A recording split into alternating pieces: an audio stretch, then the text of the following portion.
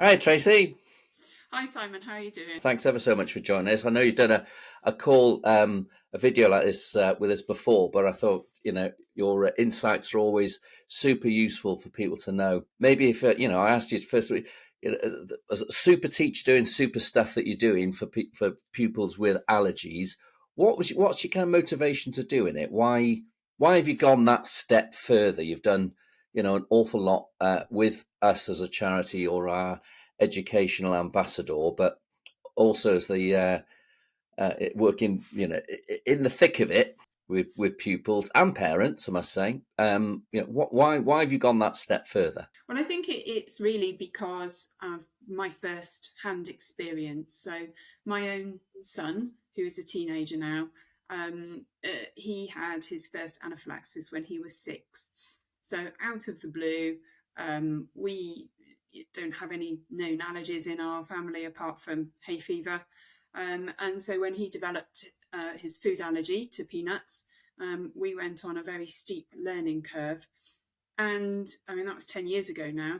And at the time, allergies weren't particularly well known about people. It wasn't, I think we talk about allergy a lot more now than what we did then.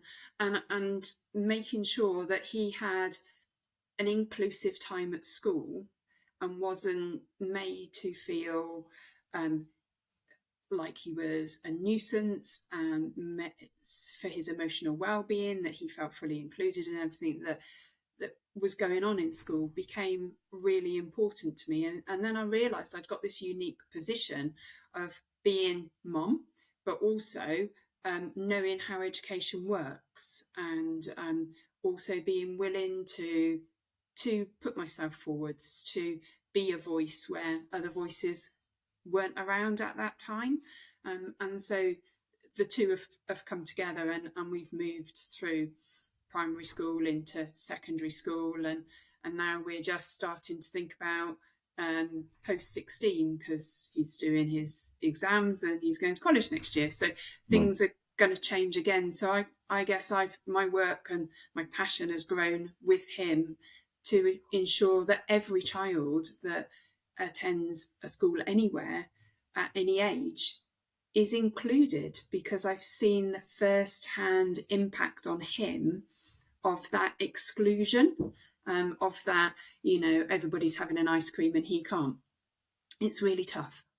Yeah, I mean, it's very, very important for us at Anaphylaxis UK that every child does feel part of the gang in school, and mix with their mates and do things that kids do and have sleepovers and so on. So, have you seen, not just the kind of personal experience that you've had there, but professionally, how attitudes in schools have changed as well? I think attitudes in schools have changed quite dramatically over the last 10 years. I think allergies have gone from being something that people didn't really know about, and felt very scared about inside a school, to having a lot more knowledge about them and being a lot more willing to make those small adaptations that are necessary for that inclusion. Do you think that also there's also a lot of responsibility maybe for the, what was it, the school nurse or the first aider or the head teacher? It was their job. Whereas, what we're trying to promote, it's the whole school approach. It's, whether you work in reception or you're the head teacher or you're the English teacher, it doesn't matter. You'll have contact with children, and therefore you ought to be responsible and have an understanding, and ideally the training to know what to do. Yeah, very much so. Like Anaphylaxis UK, that is my belief, that within school every member of staff needs a basic level of training in order to be able to understand allergy, in order therefore to be able to include the children, because everybody is going to have contact with a child. Might not necessarily be every year, but as we know, the statistics now on children and young people who've got allergies would indicate that on average, one child in every classroom has an allergy of some sort. It's really crucial for there to be a whole school understanding, rather than that knowledge just sitting with, like you said, the school nurse, who often aren't even employed by schools anymore because that system has changed over the years. But the lead first aider or the person in the medical room, that knowledge can't just sit with that person. It needs to be school wide. Everybody that comes into school and works in school needs to have that basic understanding, because that's where we're going to save lives. So ideally, we'd hope that a school would have done the Allergy-Wise for School training and the program that we've introduced, and we support many, many, many schools and tens of thousands of teachers and other staff members within those schools to have done.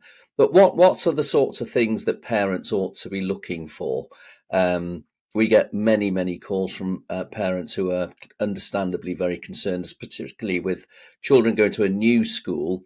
And knowing what to look out for. What would your tips be? So I think the key thing is their approach to allergy management, isn't it? And it's just actually, so if you ask a school, could you outline your approach to allergy management? And the first red flag would be, well, what's an allergy? Or we don't really do anything, or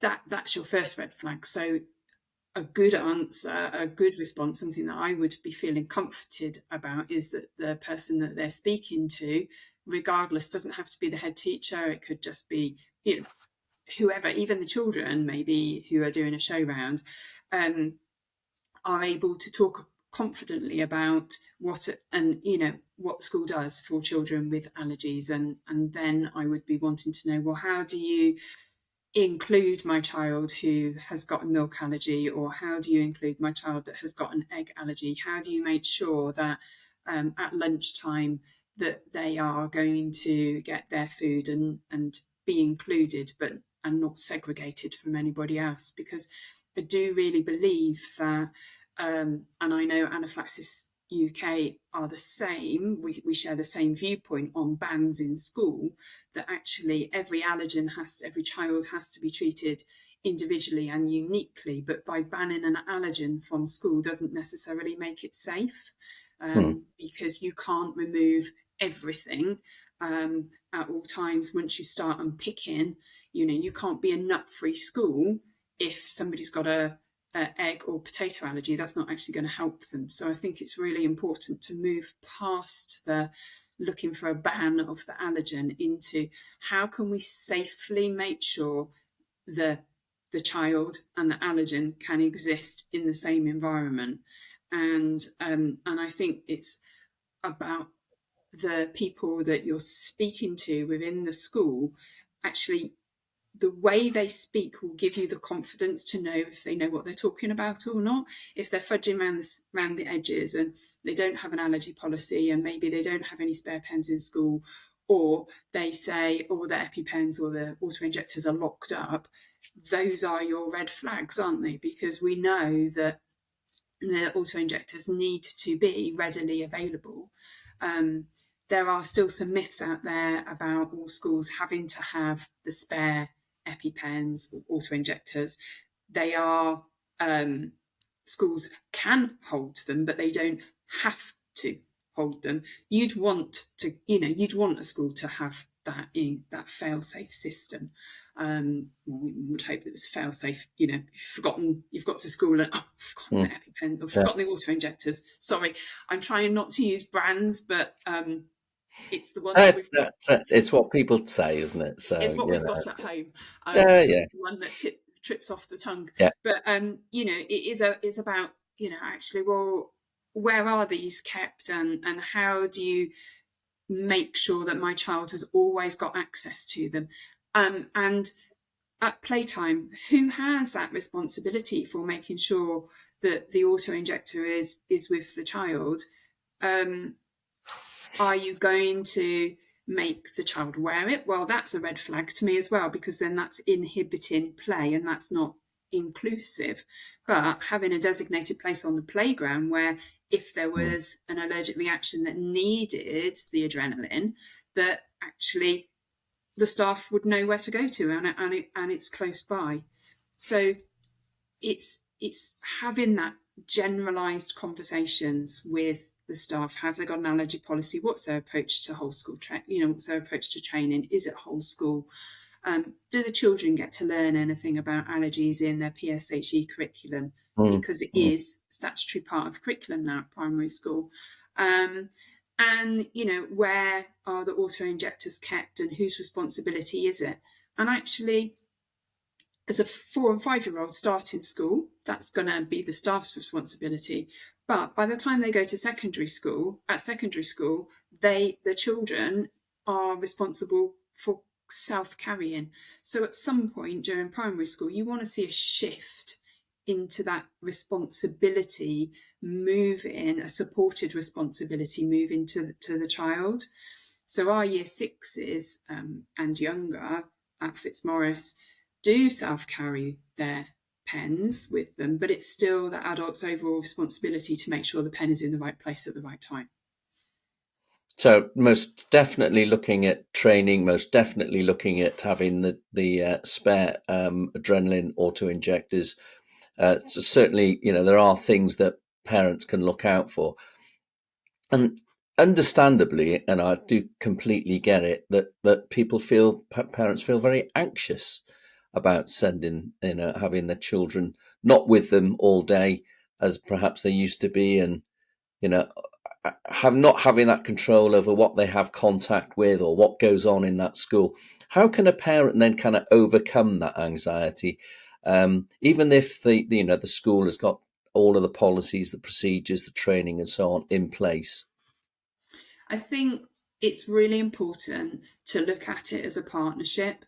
And when I speak to schools, the message that I give to schools is that parents actually do know their child. They are the authority on their child's reactions, their child's medical condition.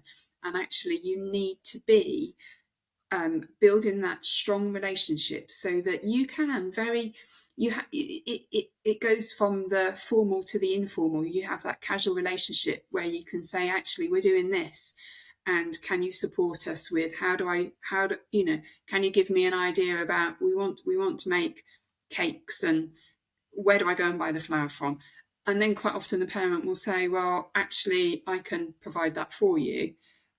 It's not the parent's responsibility to do that, but when you've got a really strong relationship like that, where you're working in partnership, where you're not seeing as I think parents need to appreciate that that very first moment as a parent when you realise that your child has got a life-threatening allergy and just how that rocks your world.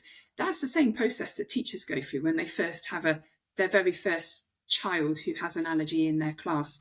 And quite often, things happen by mistake, not through the desire to be difficult from a school perspective, but from that lack of understanding, which is why that partnership is really, really, really important. And being able to have a non-judgmental conversation with somebody so that you can share information and ask information without feeling like, you're asking a silly question, is crucial. So Every time there's a school trip, every time there's a sporting event, or particular activity, pick up the phone and have a conversation. Yeah, absolutely. And frame your question as a parent, not confrontationally, but it's, oh, I noticed that they're going to the zoo. Can I support you with the preparation in any way? That's a very different question to, how are you going to make sure my child is safe? Yeah. And that's where you're going to get your partnership working from, and you'll build that strength of relationship. And it is crucial, because there will be things as a parent that you're worried and anxious about, because you've been in that situation before that the school might not have been in. And so it is about information sharing all of the while. There is as part of the Making Schools Safer programme on Anaphylaxis UK, there is a risk assessment that is specifically about allergy that I shared with Anaphylaxis UK, which is accessible for everybody to use. And it's a really strong framework for conversation between school and parent. And so it will talk you through about Um, what do the reactions look like? Does the child know that they're having a reaction? What steps should we take? So you've got that side of things, but it also goes through cooking, forest schools, PE, trips, residentials, all the different areas of the curriculum, art, DT, science. So there are prompts for the school staff, but there are prompts for the parent to actually think, oh yeah, well that actually could potentially be a problem, because compost can have kind of a may contain peanut in it, can't it, and things like that, things that you wouldn't necessarily have thought about. But using a framework for conversation like this risk assessment really helps to build a very strong picture and sharing of information between parent and staff. And I'll put all the links in the description below the video and when it's on the YouTube channel.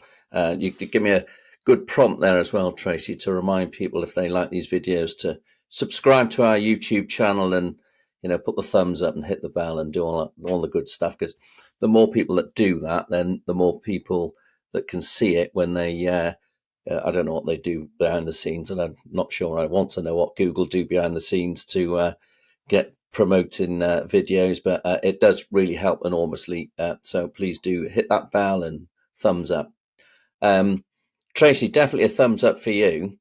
You're super helpful for us and always willing to help and share some great information and advice. And I think this video has been really insightful and will be very helpful for parents. And perhaps we can have a chat again in a few months' time. It'd be a pleasure.